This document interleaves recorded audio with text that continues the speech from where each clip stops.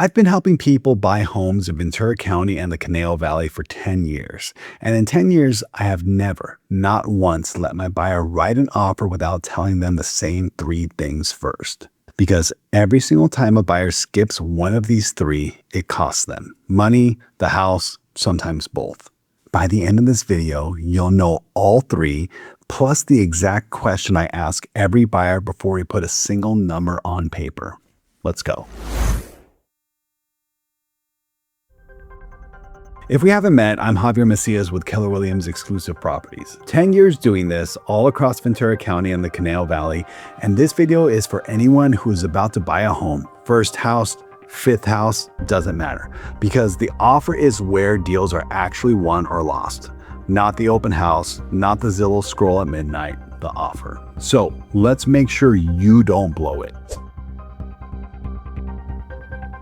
Here's the thing nobody tells you. Buyers spend months preparing to look at houses, the apps, the wish lists, the weekend open houses, and then they spend about 0 minutes preparing for the moment that actually matters, the day they write the offer. And offer day is emotional. You found the house, you're picturing your furniture in it, you're already planting the garden in your head, and somewhere in the back of your mind, there's a voice saying, somebody else is going to get this if you don't move fast. Excited, attached, and afraid of losing. That is the worst possible mental state to make the biggest financial decision of your life in, which is exactly why I make every buyer stop before we write anything and walk through these three things.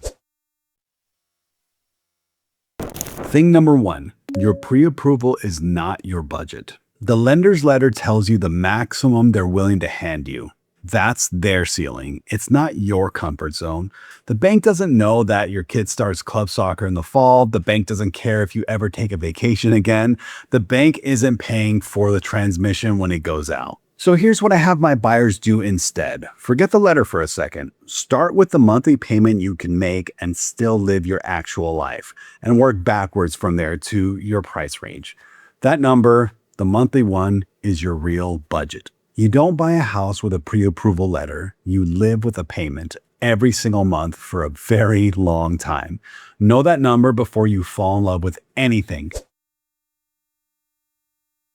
Thing number two, price is not the only lever, and most buyers never touch the other ones. Everybody assumes the highest number wins, and look, money matters. I'm not going to pretend it doesn't.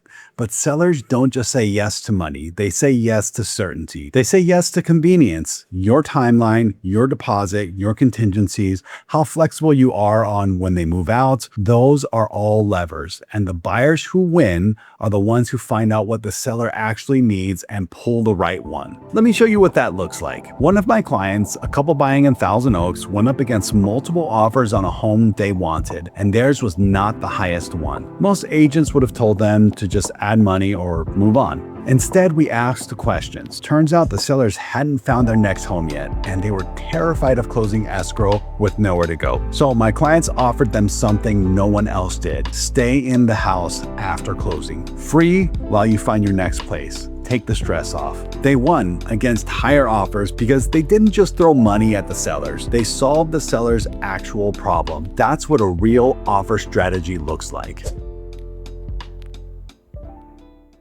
Thing number three, and this is the question I ask every buyer before we write anything. What's the number where if somebody else pays it, you are genuinely okay letting this house go? That's your walkaway number, and you have to set it while you're calm, because once you're in a counteroffer or multiple counteroffer situation, the emotions, they tend to go up. They tend to take over. The walkaway number isn't about being cheap. It's about deciding with your head before your heart is even in the room. If the house goes past your line, it was never your house, and the right one is still out there.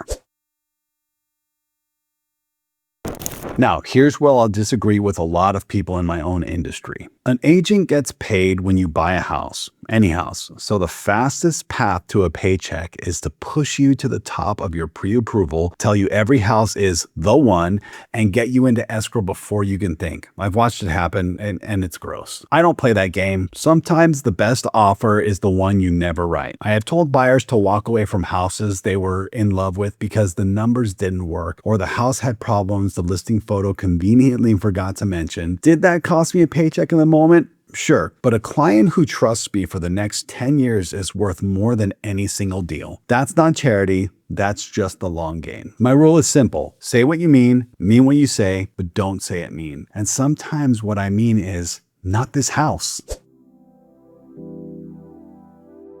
So, the 3 things I tell every buyer before they make an offer. 1. Your pre-approval is not your budget. Know the monthly payment you can actually live with and work backwards. 2. Price is not the only lever. Find out what the seller really needs and solve their problem. 3. Set your walkaway number before you fall in love while your head is still running the show. Do these 3 things and you walk into the offer day calm, clear, and honestly, a little dangerous in the best way. Because offers aren't won by the most desperate buyer in the room, they're won by the most prepared. If you're getting ready to buy anywhere in Ventura County or the Conejo Valley and you want someone who will tell you the truth, even when the truth is, walk away. The link's in the description or just send me a message. If this helped, hit subscribe. I put out real talk about real estate every week. And drop a comment. Are you buying, selling, or just watching the market? I read everyone.